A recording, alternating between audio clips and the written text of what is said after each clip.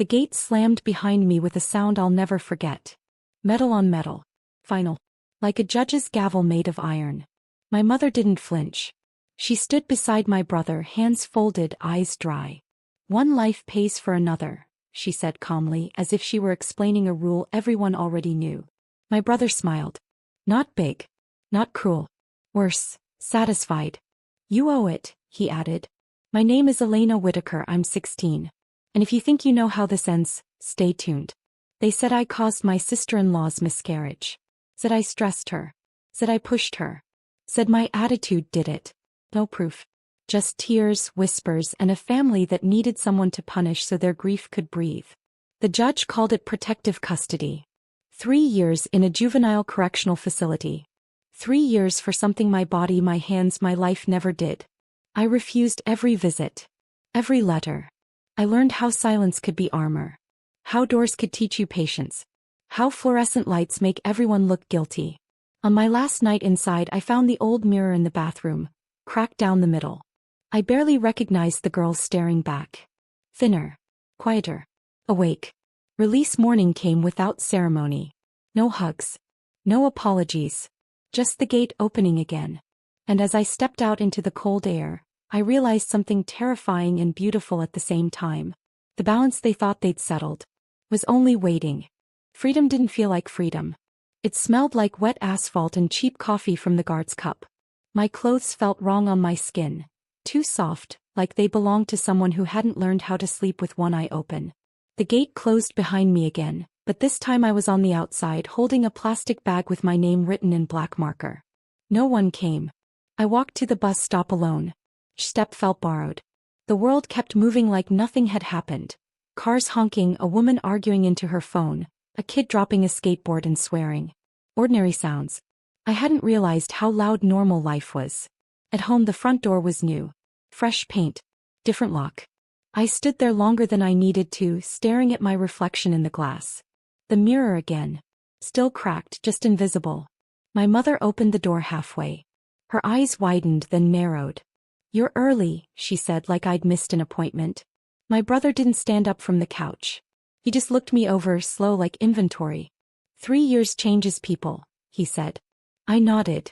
It does. Dinner was quiet. Forks clinked. No one asked how I was. No one said sorry. The TV murmured in the background. Some game show about winning money for guessing lies. That night I unpacked my bag. At the bottom was a folded document I didn't recognize. Not mine. Stamped. Dated. Signed. And when I read the name at the top, my hands started shaking. Because it wasn't mine. It was hers. I sat on the edge of the bed, rereading the document until the words stopped feeling real. It was a medical intake form. My sister-in-law's name typed neatly at the top. Date stamped 2 weeks after the miscarriage. Cause listed in careful, distant language. Not assault. Not trauma. Pre-existing condition. Complications consistent with prior diagnosis. My ears rang. In the mirror across the room, my face looked unfamiliar. Older, sharper, like the glass had been quietly reshaping me while I wasn't looking. A soft knock tapped the door. Not asking. Warning. My brother leaned in without waiting for an answer. You should be grateful, he said. Mom convinced Dad to let you stay. I held up the paper. My hand was steady. That surprised me. His eyes flicked to it, then away too fast. A human mistake. You shouldn't dig, he said. It won't change anything. It already did, I replied. He laughed under his breath. You think a piece of paper beats what everyone believes? Downstairs my mother called my name. Her voice sounded tight, rehearsed. I folded the document and slid it into my pocket, feeling its edges like a promise. At the table she placed a plate in front of me.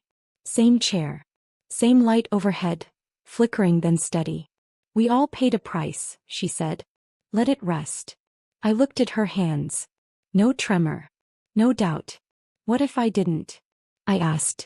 She met my eyes. Then you'd be choosing to break this family. I stood up. The chair scraped loudly, too loud. I didn't apologize. Because families that need lies to stand are already broken. And upstairs, behind a locked door, I knew exactly where to look next. I waited until the house went quiet. Not asleep, just settled into its usual pretending. The TV murmured downstairs. A glass clinked. My brother's laugh slipped through the wall, low and easy, like nothing in the world had ever cost him anything. I locked my door and sat on the floor with the document spread across my knees. The mirror above the dresser caught half my face, splitting it down the middle. The crack wasn't real, but it felt earned. The intake form listed a clinic, a doctor's name, a patient history code. I copied everything into my notebook, my handwriting small and tight. My fingers smelled like pencil wood and old paper, grounding, human. At midnight, I slid the notebook into my jacket and eased the window open. Cold air rushed in. I paused, listening. Silence. The good kind, the kind that means no one's watching. The clinic was 2 bus rides away. I memorized the route the way detention taught me to, landmarks, timing, exits. Inside, the night nurse looked tired. Honest tired. I'm looking for records, I said. My voice didn't shake. About a miscarriage. She hesitated, then looked at my face.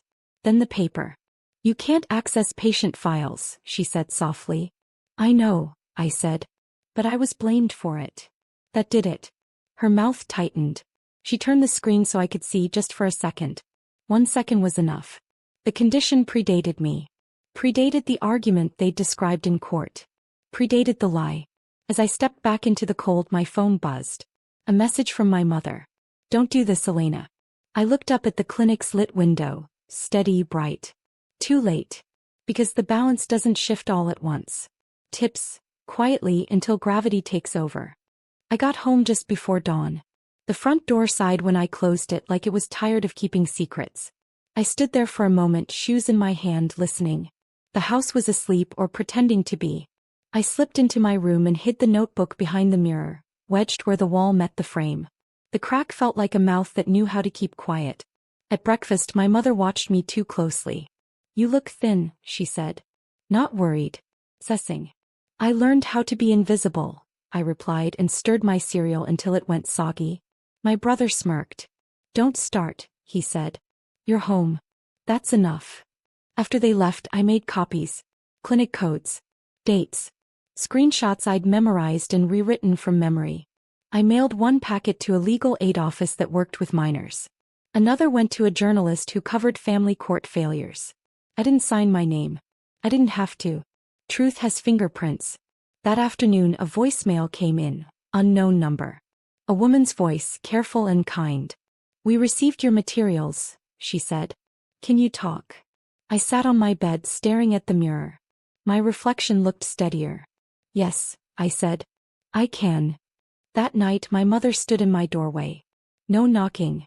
People are asking questions, she said. Why can't you just let it be? I held her gaze. Because you didn't. She flinched. A real one. Downstairs, my brother slammed a drawer. The house felt tilted, like it might finally slide. And for the first time since the gate opened, I slept without counting the minutes. The questions didn't stop. They multiplied. Emails, calls, careful messages that used words like review and concern. I answered what I could from my room, door closed, mirror watching. The crack caught the afternoon light now, turning it into a thin silver line. It used to make me look broken. Now it made me look doubled, like there were 2 of me and both were standing. My brother came home early. I heard his keys slam the way he always did when he wanted the house to feel him. He knocked once hard, then opened my door without waiting. You trying to ruin us? He asked. I didn't look away. You already did. He laughed, but it sounded thin. They'll believe us. They always do. My phone buzzed in my hand. I didn't check it yet. They're checking records, I said. Not stories. His jaw tightened. He noticed the mirror, then my reflection behind him. For a second he looked like a stranger to himself. That evening Mom called a family meeting.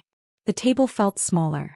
The light flickered, then steadied like it had chosen a side. They might reopen the case, she said. We need to be united. I slid a copy across the table. Then tell the truth. Silence. The clock ticked. A human pause, too long. My phone buzzed again. I stood. I'm going to talk to them now. Mom's voice cracked. Elena.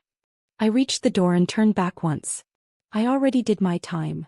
Outside, the night air felt clean. And somewhere between the porch and the street, the balance tipped. Audibly.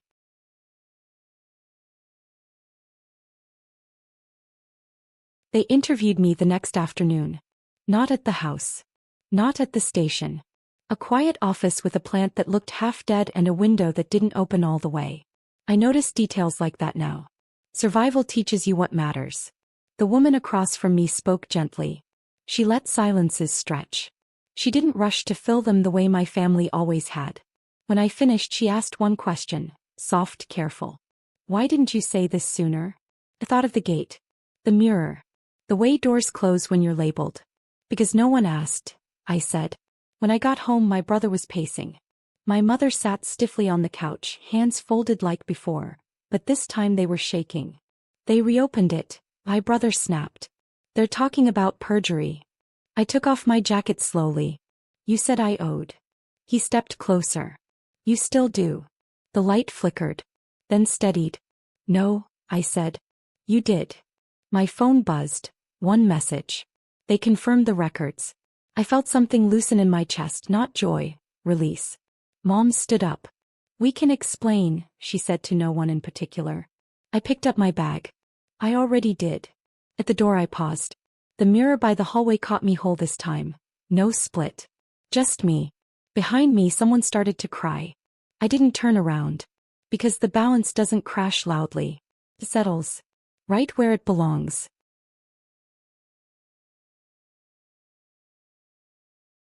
The letter came a week later. Plain envelope. No return address. It waited on the doormat like it had been there all along. I stood over it, breathing in the smell of paper and rain from someone else's shoes, then picked it up with hands that didn't shake. The findings were careful. Exact. Words like wrongful attribution, procedural failure, records corroborated. They said my confinement was unjust. They said the miscarriage could not be linked to me. Ever. They said my name would be cleared. They didn't say sorry. Institutions rarely do. By the time the hearing date was set, my brother had stopped coming home. My mother moved through the house quietly, touching things she used to control. Switches, frames, the lock on the door, like she was relearning how they worked. When the judge spoke, my brother's smile wasn't there to borrow strength from. When my mother spoke, her voice faltered where it used to cut. Afterward, the sun hit the courthouse steps and stayed steady. I noticed that. I didn't go back to the house. Legal aid helped me place a small stipend in my name. A counselor helped me write my own story for once. I taped the intake form to the back of my mirror, not as proof anymore but as closure. My name is Elena Whitaker. I'm 16. I learned that balance doesn't demand revenge. It asks for truth and patience until the door opens on its own.